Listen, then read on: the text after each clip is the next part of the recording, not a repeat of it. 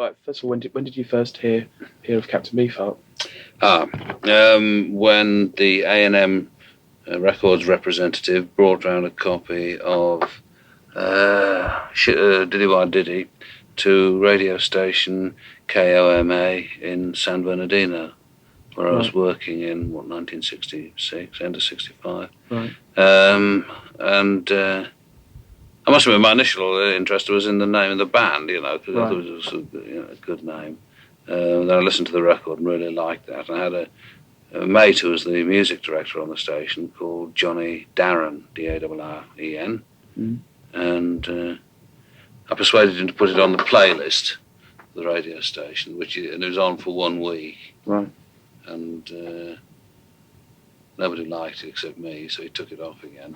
Right. But it was certainly the first time that Beefheart has ever been playlisted, anyway. And the people at A&M were so pathetic in their gratitude that they said, did I want to go and see the band playing at the Whiskey A Go-Go in Hollywood? Right. And which I did. And I went along. And I can't remember very much about it, because it's like these sort of crucial experiences in your life that you actually find you can't remember very much about, I once... I compared the Doors concert when they played in London. People said, "What's it like? Must have been great." I said, "I can't remember a thing about it at all. I only know that I did it because people tell me." Yeah. But they were supporting them. That much I remember. And probably one of the last times that Van Morrison appeared with them. And so most people obviously had come for them rather than for Beefheart. So it may well be that I was his only supporter in the room. Certainly there weren't many of them. And it was a very trendy club, and people just talked, shouted at each other through the set. But I remember being pretty awestruck by it. Didn't meet the band. Because of course, like the first single was a cover version, wasn't it? The first single. Yes. Well, it was just an old kind of... Yeah. Did you sort of sense that there was something exciting here? Well, it's not. Again, it's. I tend not to think in terms. I tend to think, well, I like this. This, and I don't. I'm in the fortunate position, not being so having invested in it really. I don't have to think about things in the long term. So I didn't. I don't suppose I thought, this is something that's going to have almost a disproportionate influence on music, really. And I suppose that if I thought that at all, it wouldn't have been until Safe as Milk, anyway, and perhaps not until, perhaps not maybe even beyond that. Then when the second single came out, I don't think I managed to persuade Johnny to playlist that. And I came back to Britain and went to work on the pirate radio. And I used to play all this sort of Jefferson Airplane, Grateful Dead, Pink Floyd and stuff. But I always used to say, there exists a kind of great, it's like being John the Baptist, there exists a greater than these. And so when Safe as Milk arrived, it used to be a great record shop in South Moulton Street. That got all of the American imports, and it's the only place that did. So I used to just hang around in there. And the record came in and took it home, and obviously it's a great record. So I started playing it, and then what happened after that? It was then the pirate ship Radio 1 started, I suppose, before the next LP came out. When then the band came over, and they did a gig at Middle Earth.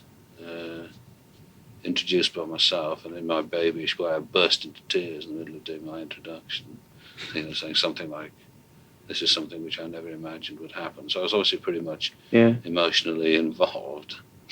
And I hired a Mini, and I used to drive Beefheart and the drummer to the gigs that we did. Right. And we went. The most famous of them was this place in Kidderminster called Frank Freeman's Dancing School. Actually, Frank Freeman only died about 3 months ago. Nice old fella he was. And it was one of those things where you meet people and they say, wow, what a groovy name, because they thought it was something like Quicksilver Messenger Service. It's just a kind of hip name. I said, no, it's called that because it's a dancing school run by a bloke called Frank Freeman. And it was great, and Beefheart was terrific because he sort of turned up. When he turned up, he had sort of sandwiches with the crusts cut off, and it was pots of tea and stuff like this. And he and his wife just sat there and kind of talked to you as though you'd gone to visit their own homes. And it was really a nice atmosphere. And then when in those days, Beefheart was doing a lot of playing of. He'd got some kind of sort of horn from Ornette Coleman, right? And he was playing that, and it would. Usually, half the audience would leave. I mean, really, half the audience would leave during the first number. It was quite spectacular the way he'd work. I went to. I can't remember how many of the gigs I went to. Quite a few of them. But as soon as he started, he raised this to his lips and started blowing it. Because if you'd said to him, play God Save the Queen, or play a tune through it, he couldn't have done it. So he used to just hoist it to his lips and then just blow as hard as he could. You know? And as I say, half the audience would just think, bollocks to this, and leave.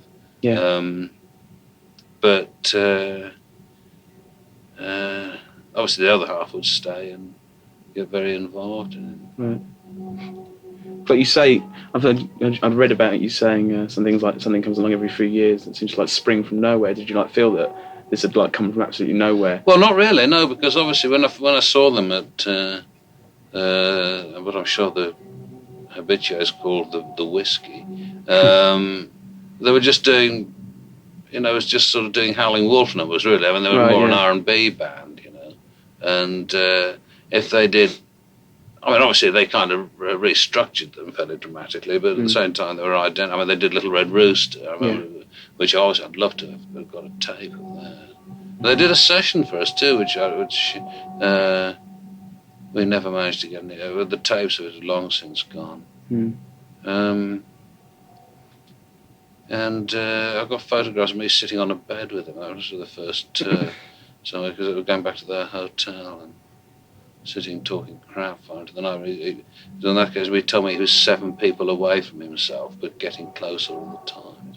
And he's the kind of, and he used to say sort of things, that obviously did sound like, weird. And if anybody else had said them, I'd have said that it had been done for effect. But with Beefheart, you felt actually, he doesn't really need to do that. It's just that his thought processes are so different to other people's, and he was, and obviously full of little puns and little jokes and stuff like that, most of which you didn't understand until days later, if you ever understood them. Right. So even now, he's, quite a difficult bloke to talk to. When he phoned up last summer, absolutely out of the blue, in response to a Christmas card that I'd sent him. I always send him a Christmas card each year, without much expectation of a return. In fact, nothing ever comes back. And then this phone call from California, and he was on the phone for about half an hour. Much of that time was taken up with playing me a record by Ewan McCall. He said, this is the only record I listen to now. And he played me 2.5 tracks from a rather boring LP by Ewan McCall.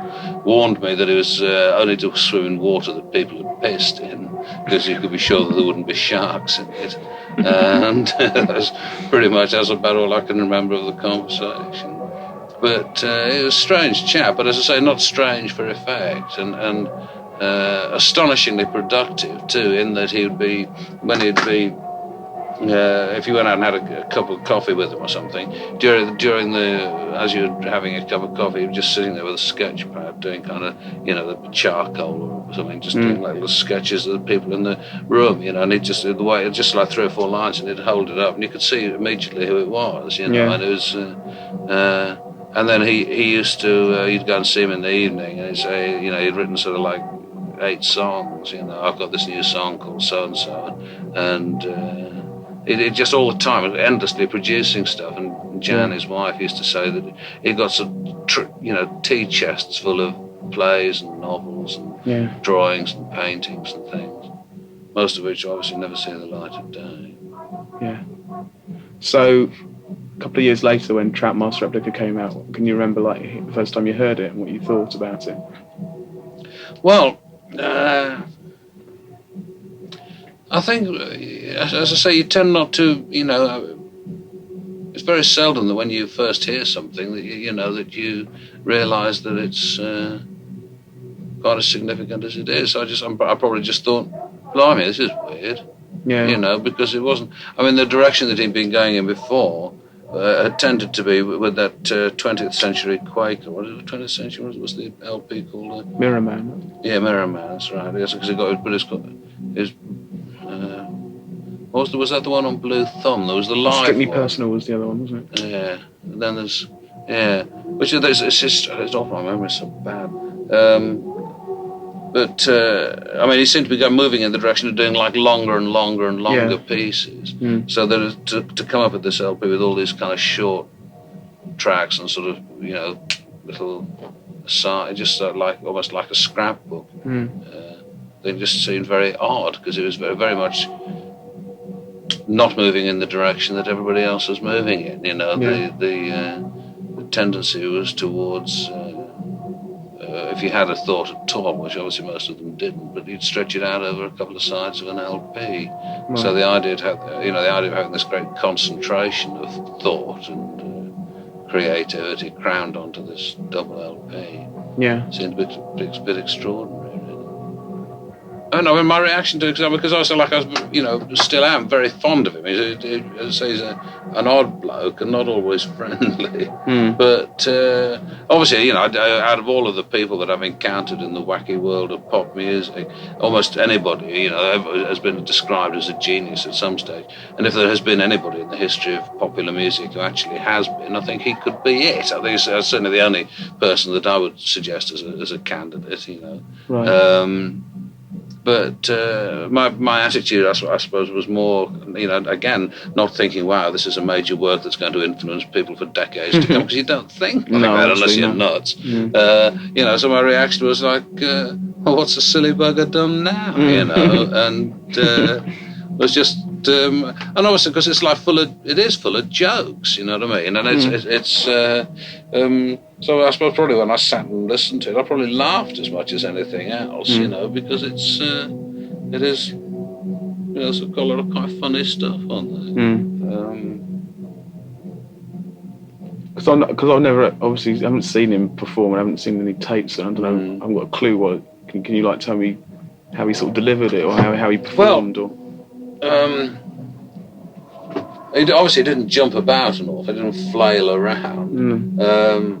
He tended to usually perform in a top hat, I seem to remember, which goes against my What? This morning? Oh, excellent. Hello there. Sorry, that's all right. Talking men's talk. There's lots of men's talk on Radio 4 at the moment. What's it about? It's a wonderful documentary just with voices from the year from the Gulf War, but like all the cockpit talkers, they're like flying at 200 feet over an Iraqi runway and going through a curtain of anti-aircraft. There's a lot of, I think it's the first time that I've heard fucking hell so many times. Oh, really? On Radio 4. Yeah, of course you can get away with that on... You're military man. Yes, that's right. Well, of course, yes, we're military men. I thought you were listening to it would bring back memories of North Wales, paintbrush in hand.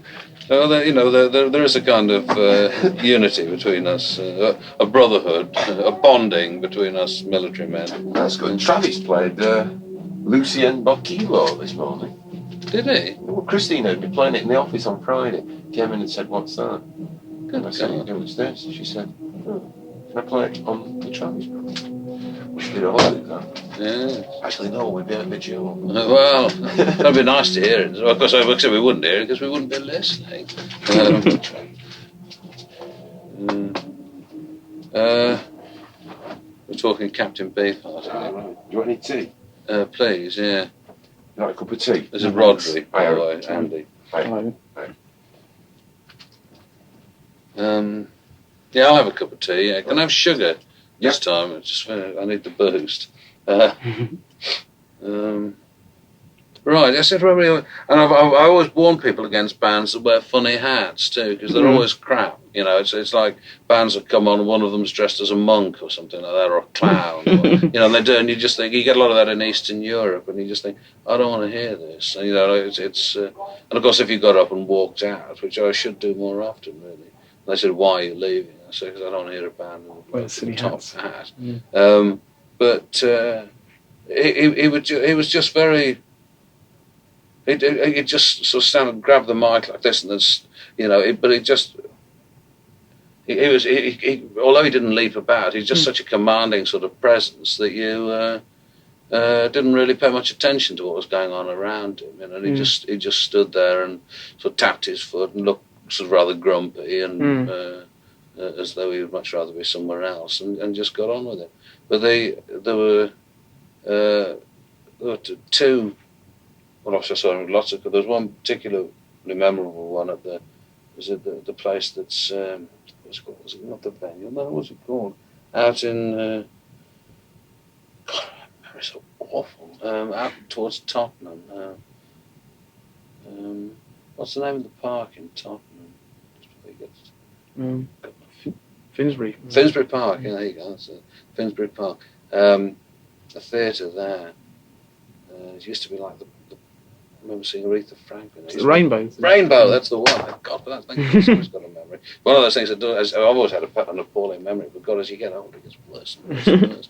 But seeing him at the Rainbow, and I'd just gone in there because I hadn't been in communication with him because he'd been angry with me because he'd phoned up from America. Right. And I hadn't known he was going to phone, so I'd not been sitting waiting by the phone. And that sounds, again, anybody used to think, what a twat. But with Beefheart, I was, because the other members of the band said, well, actually, yeah, I mean, he does, if somebody's going to phone him, he knows they're going to phone him. And he just goes and sits by the phone and waits for them to phone. I said, oh, come on. I said, he does, And they used to swear that he could move things by thought. The drummer used to say, I said, I know it sounds like hippie crap. He said, but I've seen him put something at the end of the table and just look at it and it'll move. And I said, oh, come on. I said, no, it's true. So I never saw him do that. But I was assured that it was so. And anyway, he phoned up and he sort of phoned the music. I mean, he was interviewed in the music papers about a week or so after, and he was absolutely livid that I'd not been waiting by the phone. And he saw it as a slight and an affront. So I said we weren't he wasn't communicating with me at that point. And so I just paid my money and slipped in at the back, along with a couple of mates or so. And he came up and he just came to the microphone and he said, this is for my friend John Peel, who's sitting at the back. And I thought, how did he know that? And it's full of things like that. And it makes me sound like some sort of old hippie derelict, But really, just the most extraordinary man I've ever met, really. Like somebody from another planet, but not in a kind of look at me, I'm weird, because he's not weird in that way. He just doesn't do the things that other people would do. Like the last time I saw him, which is when he had that exhibition of paintings down the road here, and I went down there, and there's a kind of light drizzle, and I hadn't seen him for a decade or something. And he was outside tying up his shoelace, and I walked up and I said, "Oh yeah, hello, Don," and he just said, "Oh," and it was just as though we were picking up on a conversation, which as I'd just gone, to lock the car and come back. I mean, there was no kind of sense of time having intervened at all, and it was just so weird. And I'd gone in there, obviously, in the hope of being able to buy one of his paintings, really, because I thought I'd love to have one of his paintings. And there were something like a minimum of 10 grand each. Right. I quickly abandoned that idea. But well, not say strange, it doesn't think of it the same way as other people. And then I took Richard Neville, the editor of Oz, up to Newcastle City Hall to see them play there. Yeah. And it was one of those just great. Well, one time I felt the building was going to collapse. The whole building seemed to be kind of rocking in time to the music. I got you two. Oh, good man. I got me two as well. I see, right. You've only got yourself 3. Soup as well. Oh, right. Which are your 2, or are they all the same? They're all the same. Are you sure you won't have one? I don't do tea somewhere. Don't drink tea? No. Well, because you don't like it, or you have more. No, I don't like it. No, I don't. Oh, I see. No, it's nothing to do with exploitation of workers in India or anything. Tea. Oh, yeah, sorry, I've been trying to tidy things up. I'm just looking for tonight's programme. There it is. Okay, let's put this back. Do you have any footage exist at all? Because he played on Whistle Test, didn't he? I'm desperate to see, Did he do the Whistle Test when you were on it? No, years before. It does exist because I spent some time once going back through all the old archive. We used to do that thing called... Every week we used to show an old clip. In fact, I think we showed it. I think he'd done the Whistle Test. Was it introduced by Bob? Was it? Yeah. Bob must have hated it. I'd rather like to see him gritting his teeth and see him introduced as Beefheart. How easy is it to get access to those things? Not very easy. No. Unless you know, sort of showing it somewhere. Yeah. Because you can understand it. It takes like staff costs and studio time to put the thing up on a machine and dub it off. Mm.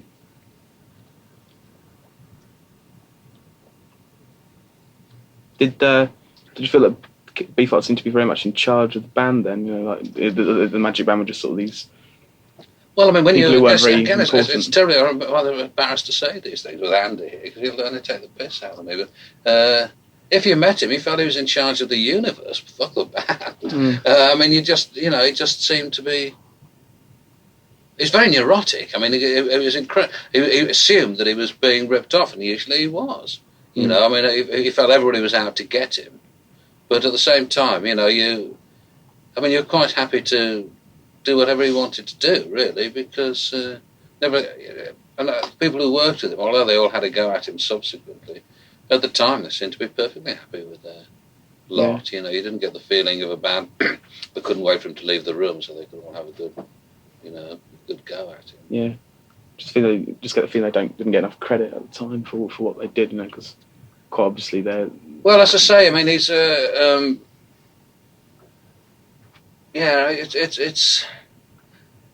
Oh, they're probably right, actually. But I mean, you know, as I said, his thought processes are simply not the same as other people. So I mean, it's difficult to know what he was thinking when he said, you know, when he said that there was no input from them at all. Mm. Very little input.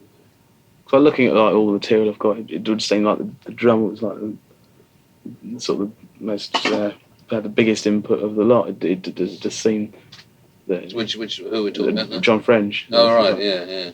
He's like incredible, you know, because he seemed to order everything together. Well, like, he seemed to be the one with, as I say, with the fact that Beefheart, you know, used to sort of like when we went off in this mini together with me at the helm and Beefheart sitting in the front row, because he was almost like a sort of W.C. Fields kind of, you know, rather sort of, you know, sort of large. Although he's not particularly big, but I mean, he just seemed bigger than he actually is, and he just was one of those sort of figures who seems to be dominant wherever you are, you know.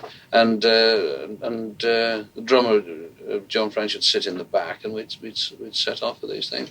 I mean, he'd do things like on the way back from Kidderminster. It was a famous occasion where he said, you know, like you might say, I need to have a piss or something. He said, I need to listen to a tree, he said. And but again, you see, if anybody else had done it, Roy Harper had done it, I said, yeah, actually get Roy, and then driven off and left him. He'd listened to all the trees he wanted. But he just got out and sort of, he just disappeared into the woods, and then, you know, you could see in the moonlight him kind of with his head pressed to this tree, and he, just for like a couple of minutes, then he, you know, go back into the car. Right, okay. You know? I mean, so it wasn't, again, it was just something else he felt the need to do at that time. He was obviously very sensitive to trees, because there was that thing when they were recording one of the LPs. I mean, he had to have a tree surgeon. Yeah. So, also the last thing is, well, just how important is he, like, in terms of music since then?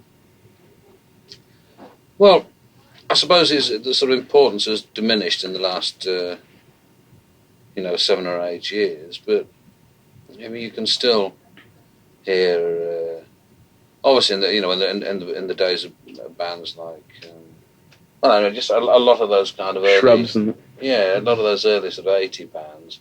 There was a lot of Beefheart influence, you know, and I suppose.